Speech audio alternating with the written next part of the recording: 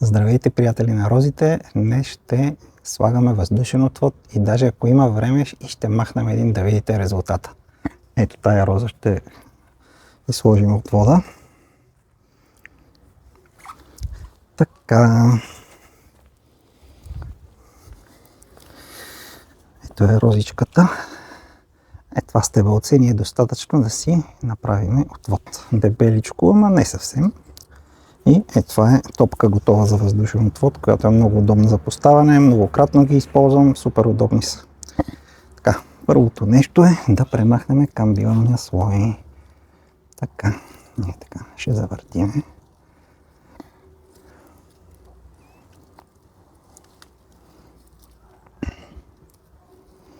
Няма нужда да е много дълго. Това е достатъчно. И сега прорязваме.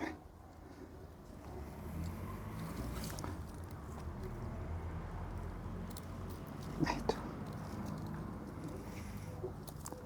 Тук сега импровизации. Идеята е да се наруши кората и камбия, за да може да се получи сигнал да се вкоренява нашето растение. С топчица готова стана много бързо. Сега ще видите под 5 минути сигурно ще го направим целия.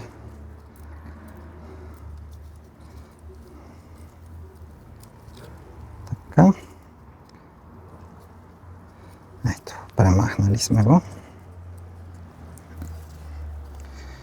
Взимаме си вкоренителче да си сложим.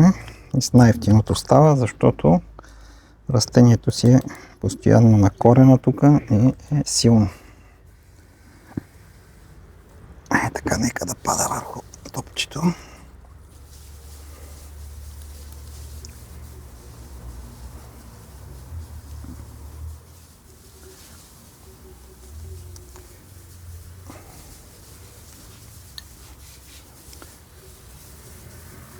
И го штракаме.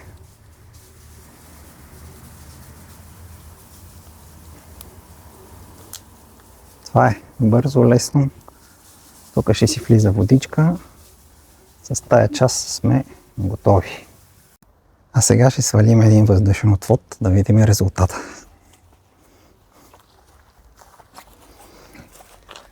Ето го тук.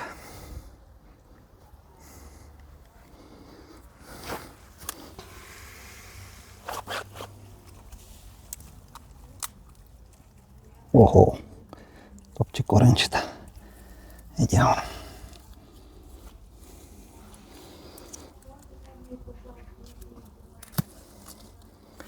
Така.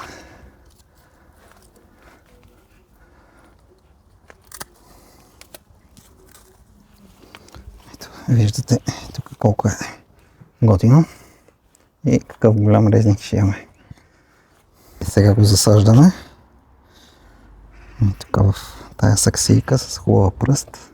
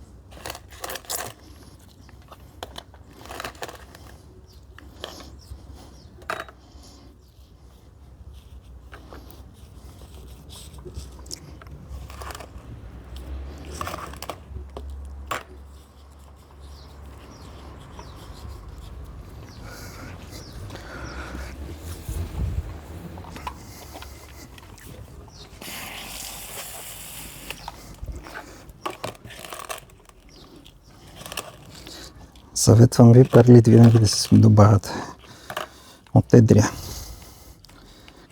Винаги помага.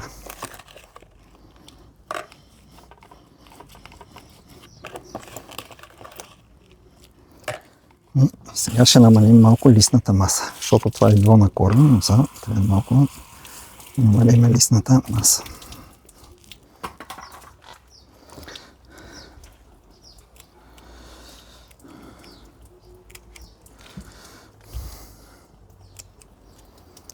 Защото това малко коренче не може да изхрани всичките тези листа. И да се надяваме, че ще си имаме една хубава нова розичка. Ето. Това е. Ако ви е харесало това видео, може да се абонирате за моя канал, като ви обещавам, че ще качвам само качествено съдържание, свързано с рози. До нови срещи!